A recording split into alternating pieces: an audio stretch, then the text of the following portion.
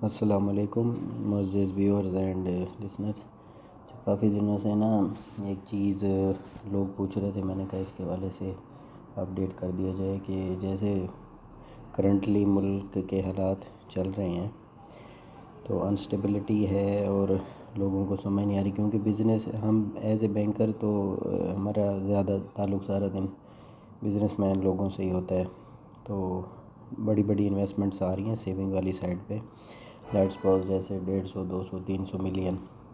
ایک کسٹمر کے، بڑے بڑے کسٹمرز اپنی اماؤنٹ ڈال رہے ہیں۔ تو اس کی وجہ یہ ہے کہ وہ بزنس پہ نہیں اتنا انویسٹ کرنا چاہ رہے، اور وہ ایسی جگہ پہ پیسہ رکھنا چاہ رہے ہیں جہاں سے ڈیویلیویشن آف منی سے بچ جائیں، اور بیسک سوال بھی یہی تھا لوگوں کا، ڈیویلیویشن منی سے کیسے بچا جا سکتا ہے۔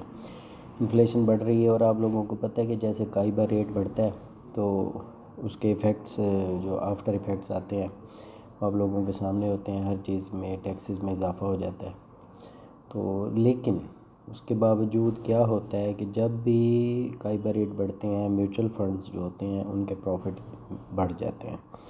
تو ہم لوگوں کو یہی بتا رہے ہیں کہ ابھی جو ٹائم ہے نا وہ میوچل فنڈز میں انویسٹمنٹ کرنے کا ٹائم ہے۔ اس میں جیسے جیسے آپ لوگ انویسٹ کرتے ہیں، آپ دیکھ رہے ہوں گے کہ ابھی دیکھیں یہ کوئی بھی ہر چیز ٹرانسپیرنٹ ہوتی ہے۔ ایچ بی ایل کے اگر آپ ریٹرن دیکھنا چاہیں میوچل فنڈز کے انویسٹمنٹ اکاؤنٹس کے، تو فیب کی ویب سائٹ پہ mutual fund organization of Pakistan اس میں آ رہے ہیں نومبر دسمبر، اور آگے جنوری پہ بھی الحمدللہ H B L Islamic income fund نے بہت ہائیسٹ ریٹرن دیے ہیں۔ تو ابھی صورتحال کے مطابق ہم لوگوں کو یہی مشورہ دے رہے ہیں کہ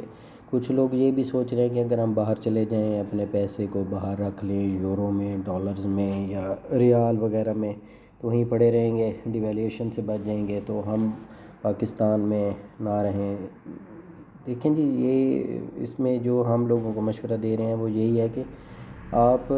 باہر جا کے رہنے سے بہتر ہے کہ اپنے پاکستان میں رہیں اور پیسہ جو ہے میوچل فنڈ میں انویسٹ کریں، نہ کہ پی ایل ایس سیونگ میں یا ٹی ڈی آر میں کہیں فکس کروائیں۔ حلال پروفٹ بھی ملتا رہے گا، اور جیسے جیسے کائی بار انکریز کرتے ہیں ان کے پروفٹ ریٹ بڑھتے رہتے ہیں، تو اس سے آپ ایک تو انفلیشن سے بھی بچ جاتے ہیں اور آپ کی ڈیویلیویشن منی سے بھی بچ جاتے ہیں، کیونکہ آپ کو آپ کے پیسے کے اوپر پروفٹ مل رہا ہوتا ہے،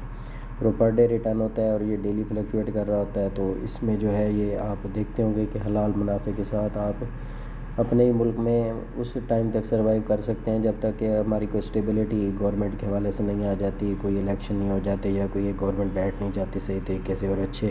نہیں ہو جاتے حالات۔ تو ابھی time to invest in mutual funds.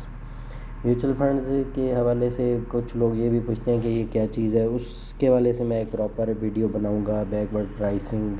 کیا چیز ہوتی ہے، میوچل فنڈ میکنزم کیسے ہوتا ہے، یہ کیسے کام کرتے ہیں، ان حالات میں بھی پروفٹ کیسے آ رہا ہے،